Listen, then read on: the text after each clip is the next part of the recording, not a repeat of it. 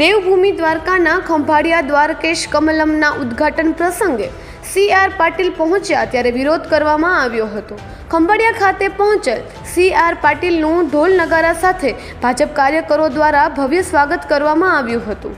દ્વારકેશ કમલમ ઉદ્ઘાટન પ્રસંગે વિશાળ સંખ્યામાં રાજપૂત સમાજના લોકો પહોંચ્યા હતા અને સભા મંડપમાં રેલિંગ તોડી સભામાં ઘૂસી કાળા વાવટા ફરકાવી પરસોત્તમ રૂપાલાનો વિરોધ નોંધાવ્યો હતો। તેમજ ક્ષત્રિય સમાજના લોકો દ્વારા સભા મંડપમાં ખુરશીઓ તોડી હતી, જેને લઈને SP ઘટના સ્થળે પહોંચ્યા હતા। સભા મંડપમાંથી રાજપૂત સમાજના લોકોને બહાર કાઢ્યા હતા।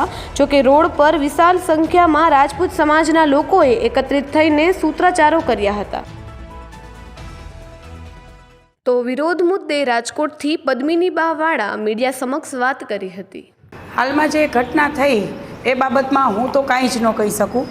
જે પણ આ પ્રશ્ન છે એ રૂપાલાભાઈની ફક્ત ને ફક્ત એક રૂપાલાભાઈની ટિકિટ રદ કરવા માટેનો છે અને એ પણ એ જે બોલેલા છે, જે અપશબ્દો એને યુઝ કર્યા છે, તો હવે હું આખા સમાજની જવાબદારી હું ખુદ પોતે ન લઈ શકું કે ક્યાં શું થશે।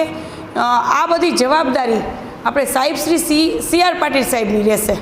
આગળની રણનીતિ તો અમારે હું ન કહી શકું, પણ દિવસે દિવસે એક અમારી રણનીતિ ચાલુ રહેશે ને આંદોલન પણ ચાલુ જ રહેશે।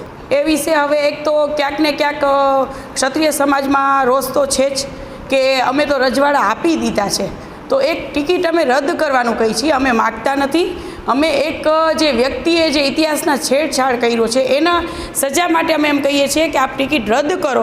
જો છતાંય સરકાર અમારું માન્ય નથી રાખતા, તો હવે તો હું આખા ક્ષત્રિય સમાજની તો હું એકલી જવાબદારી ન લઈ શકું કે કોણ ક્યાં શું કરે છે।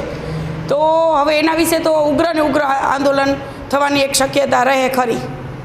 હા, દિવસે ને દિવસે અન્ય સમાજ પણ અમારી સાથે જોડાઈ રહ્યો છે, સાધુ સંતો જોડાઈ રહ્યા છે અને આવેદનપત્રો તો કેટલી બધી જગ્યાએથી દેવાઈ રહ્યા છે। તો એક સત્યની લડાઈ છે અને સત્ય સાથે તો હર કોઈ ઊભા રહે છે। તો બસ હું બીજું તો આમાં કાંઈ જ નહીં કહી શકું। હવે અમારી જવાબદારી નથી રહેતી કે કાલ સવારે શું થાય। હવે આ તો સરકારની જ છે ને અત્યારની જવાબદારી કે જે આ ક્ષત્રિય સમાજની જે માંગ છે એ પૂરી નથી થઈ રહી, તો આક્રોશ છે જે, તો એ તો જગ્યાએ જગ્યાએથી દેખાડશે લોકો। તો આપ જેમ અમે કહેતા હતા કે એક વ્યક્તિથી આ નથી થતું, તો આમાં પણ એક વ્યક્તિથી કોઈ કામ નથી થતું, આમાં પણ આખો સમાજ જ આવી જાય છે।